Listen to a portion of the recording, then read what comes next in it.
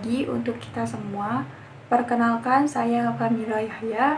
Di sini saya akan melakukan video pengajaran sebagai penyelesaian tugas mata kuliah micro teaching. Nah, di sini saya akan bertindak sebagai guru. Assalamualaikum warahmatullahi wabarakatuh. Selamat pagi anak-anak. Apa kabar kalian semuanya hari ini? Ibu harap semuanya dalam kondisi sehat walafiat. Puji syukur kehadirat Tuhan Yang Maha Esa yang telah memberikan kita kesempatan untuk dapat kembali belajar pada pagi hari ini. Kembali lagi pada pertemuan kali ini. Sebelumnya kita sudah mempelajari tentang materi minyak bumi pada pertemuan sebelumnya. Nah, sekarang Ibu ingin mengetes ingatan kalian. Apakah ada yang masih ingat tentang apa saja sih komponen dari minyak bumi?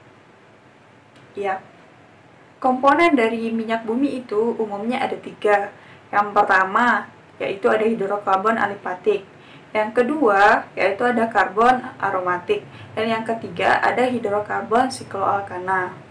Nah, di dalam minyak bumi kan terdapat fraksi-fraksi, di mana kebanyakan dari fraksi-fraksi tersebut kegunaannya menjadi bahan bakar. Dari bahan bakar tersebut tentu ada reaksinya. Jika ada reaksi, tentunya ada dampaknya. Nah, kali ini kita akan mempelajari tentang dampak dari bahan bakar tersebut. Sebelumnya, Ibu ingin bertanya ke kalian, apakah kalian pernah berpikir, kenapa sih kita dianjurkan untuk tidak menghidupkan atau menyalakan kendaraan di ruangan tertutup, contohnya di dalam rumah? Apakah kita akan pingsan atau mati jika kita menghidupkan kendaraan di dalam rumah? Nah, untuk mengetahui jawaban hal tersebut, kalian perlu memperhatikan pelajaran kita pada pagi hari ini.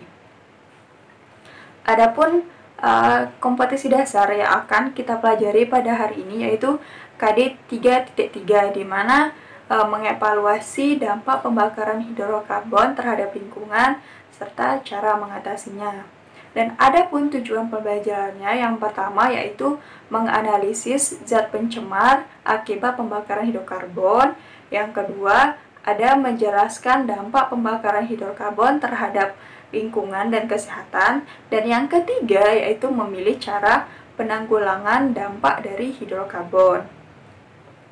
Sebelum kita memulai pembelajaran pada pagi hari ini, Ibu meminta untuk kalian membuat kelompok diskusi, di mana satu kelompok terdiri dari 5 orang.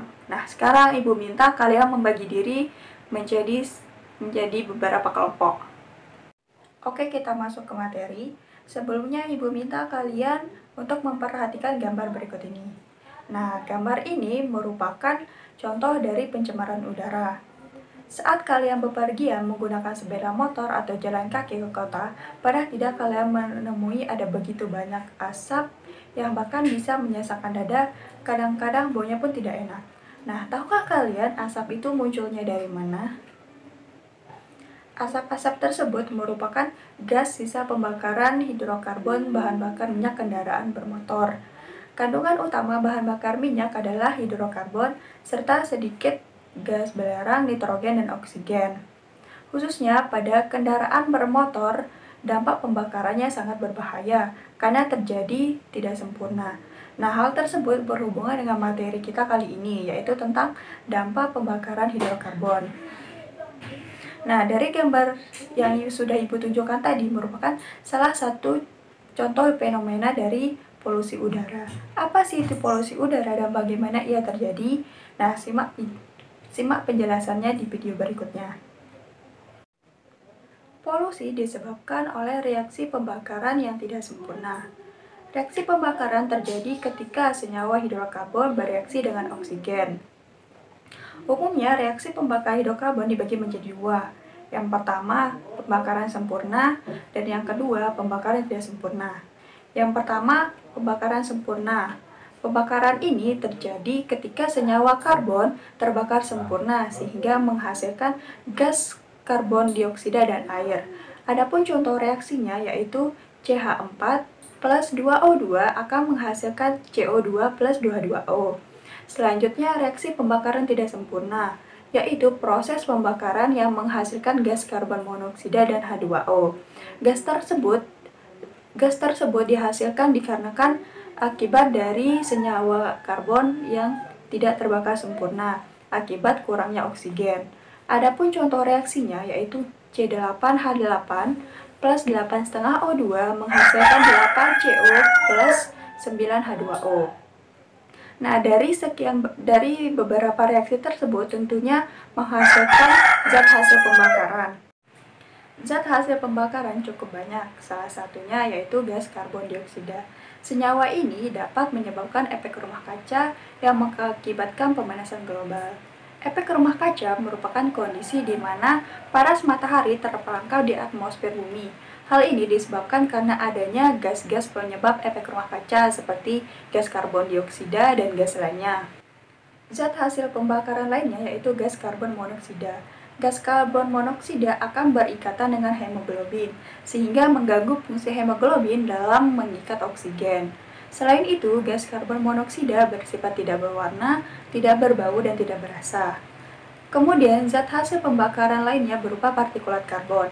Partikulat karbon merupakan serbuk halus yang jika terhirup dapat mengganggu fungsi alat pernapasan.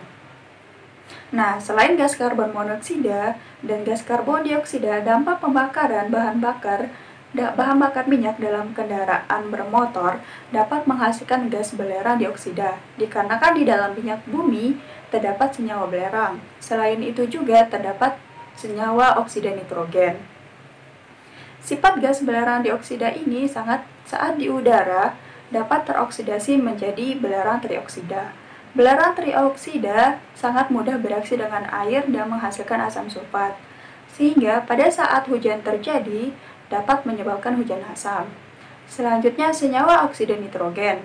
Senyawa ini pada kadar tinggi dapat menyebabkan iritasi mata. Selain itu juga dapat menyebabkan efek rumah kaca, sama halnya seperti gas karbon dioksida. Nah, setelah penjelasan terkait tentang zat hasil pembakaran, tentunya ada dampak pembakaran dari senyawa hidrokarbon itu. Salah satunya yaitu yang pertama, yaitu ada kabut asap. Kabut asap atau biasa disebut dengan smog adalah asap dari pembakaran senyawa minyak bumi dan gas alam, seperti pada pabrik dan kendaraan bermotor yang menyatu dengan uap air sehingga menimbulkan kabut yang pekat. Nah, kabut asap berbahaya karena mengganggu pandangan dan menyebabkan pengendara tidak bisa melihat jauh. Selain itu juga, kabut asap mengakibatkan gangguan saluran pernapasan, mulai dari radang-radang, asma, hingga kanker dan kematian. Kemudian dampak pembakaran yang kedua yaitu ada hujan asam. Hujan asam terjadi ketika nitrogen oksida dan sulfur dioksida dari asap pembakaran minyak bumi dan gas alam naik ke permukaan atmosfer dan bereaksi dengan uap air. Reaksi ini mengakibatkan terbentuknya asam nitrat dan asam sulfida di awan. Asam ini akan turun ke tanah ketika hujan terjadi menjadi hujan asam. Nah, hujan asam berbahaya karena mengakibatkan korosi atau pengkaratan pada logam. Hujan asam juga mengakibatkan kerusakan tanah dan kematian pada tumbuhan. Kemudian dampak pembakaran yang ketiga yaitu ada pemanasan global. Pemanasan global terjadi ketika gas karbon dioksida yang dikeluarkan pada pembakaran minyak bumi dan gas alam mengakibatkan efek rumah kaca. Gas ini menyerap panas sehingga pada saat meningkatnya gas karbon dioksida mengakibatkan meningkatnya suhu atmosfer bumi dan menyebabkan perubahan iklim. Ini berakibat pada perubahan cuaca yang tidak menentu, kekeringan, dan bencana alam lainnya. Kemudian, dampak pembakaran yang kelima yaitu ada gangguan pernapasan, di mana pada pembakaran bahan bakar dari minyak bumi dan gas alam yang berlangsung tidak sempurna akan menghasilkan gas karbon monoksida atau CO. Nah, di samping gas karbon monoksida ini berbahaya karena menghalangi pengikatan oksigen oleh hemoglobin. Nah, dampak yang terakhir yaitu ada kanker. Partikel halus yang dikeluarkan knalpot kendaraan bermotor dapat merusak sel di paru-paru dan menyebabkan kanker paru-paru. Selain paru-paru, masuknya polutan hasil pembakaran minyak dan gas bumi ke tubuh juga merusak fungsi ginjal. Ini terjadi karena ginjal berfungsi untuk menyaring kotoran dari darah, sehingga kotoran yang berkumpul di ginjal akan mengakibatkan kanker ginjal. Nah, sudah dijelaskan terkait tentang dampak-dampak pembakaran hidrokarbon. Nah, bagaimana sih cara mengatasi dari dampak pembakaran hidrokarbon tersebut agar tidak berpengaruh terhadap lingkungan dan kesehatan?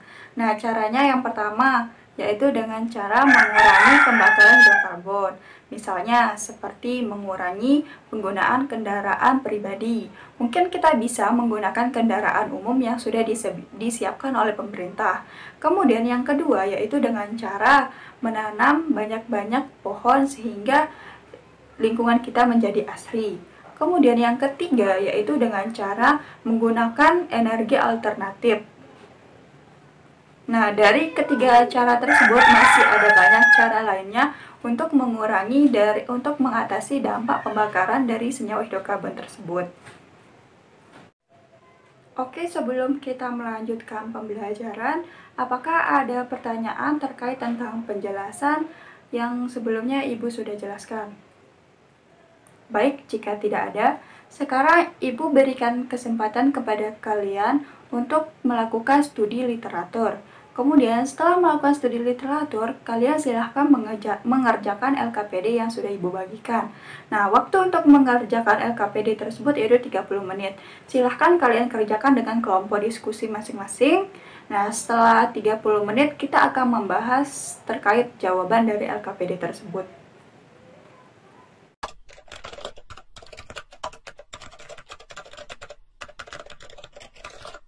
Nah, sekarang kita akan membahas terkait tentang jawaban dari LKPD. Yang pertama yaitu tentang pembakaran hidrokarbon sempurna dan tidak sempurna. Nah, pertanyaan yang pertama yaitu yang A, tuliskan persamaan reaksi pembakaran sempurna dan tidak sempurna. Yang pertama yaitu pembakaran sempurna, di mana reaksinya yaitu bahan bakar plus O2 menghasilkan CO2 plus H2O. Kemudian reaksi pembakaran tidak sempurna yaitu bahan bakar plus O2 menghasilkan CO plus H2O. Nah, untuk pertanyaan yang kedua yaitu tuliskan gas hasil pembakaran di atas yang dapat memberikan dampak negatif. Nah, sebelumnya kan sudah dijelaskan apa saja zat hasil pembakaran dari hidrokarbon. Yang pertama yaitu ada pembakaran sempurna. Hasil dari pembakaran sempurna yaitu ada gas karbon dioksida. Kemudian yang kedua ada pembakaran tidak sempurna, hasilnya yaitu gas karbon monoksida. Nah, kemudian soal lainnya yaitu ada gas lain yang terbentuk pada pembakaran minyak bumi. Soal yang pertama yaitu gas apakah yang dimaksud dari pernyataan yang di atas. Yang pertama, gas dari pengotor bahan bakar yaitu merupakan belerang dioksida. Kemudian gas dari kontaminasi udara yang dimaksud yaitu oksida nitrogen. Kemudian yang B ada pertanyaan tentang tuliskan persamaan reaksi terjadinya hujan asam. Proses terjadinya hujan asam dapat dijelaskan dengan reaksi berikut. Yang pertama yaitu pembentukan asam sulfit di udara lembab. Reaksinya yaitu SO2 plus H2O menghasilkan H2SO3. Kemudian reaksi yang kedua yaitu ada gas SO2 dapat bereaksi dengan oksigen di udara. Adapun reaksinya yaitu 2SO2 plus O2 akan menghasilkan 2SO3. Kemudian reaksi yang ketiga yaitu ada gas SO3 mudah larut dalam air. Di udara lembab membentuk asam sulfat yang lebih berbahaya daripada SO2 dan H2SO3. Adapun reaksinya yaitu ada 2SO3 plus H2O akan menghasilkan H2SO4. Kemudian soal yang C, jelaskan dampak yang ditimbulkan oleh masing-masing gas tersebut. Dampak yang pertama yaitu ada belerang dioksida, dapat menyebabkan terjadinya hujan asam seperti sudah dijelaskan sebelumnya. Kemudian yang kedua yaitu oksida nitrogen dapat menyebabkan efek rumah kaca dan iritasi pada mata. Nah, soal yang keempat yaitu bagaimana cara mengatasi terbentuknya gas tersebut. Nah, pencegahan dilakukan pada saat di pabrik motor. Nah, bagian pembungkaman asap ditambahkan katalis logam nikel yang berfungsi sebagai konverter. Nah, prinsip kerjanya adalah mengubah gas buang yang mencemari menjadi gas yang tidak berbahaya bagi lingkungan maupun kesehatan manusia. Nah, tadi kan kita sudah membahas terkait tentang jawaban-jawaban dari LKPD yang sudah kalian jawab. Sekarang Ibu ingin kalian mengganti jawaban kalian yang salah dengan yang benar. Kemudian kalian mempunyai tugas untuk menyimpulkan apa saja materi yang sudah kita pelajari pada pagi hari ini. Ibu akan memeriksanya pada minggu depan. Nah, mungkin itu saja materi kita pada pagi hari ini. Selanjutnya minggu depan kita akan belajar tentang termokimia. Sekian pengajaran dari Ibu pada pagi hari ini. Semoga bisa diterima dan mohon maaf bila ada kesalahan. Sekian dan terima kasih. Assalamualaikum warahmatullahi wabarakatuh. Nah, seperti itulah video pengajaran yang dapat saya sampaikan. Semoga dapat diterima. Sekian dan terima kasih. Assalamualaikum warahmatullahi wabarakatuh.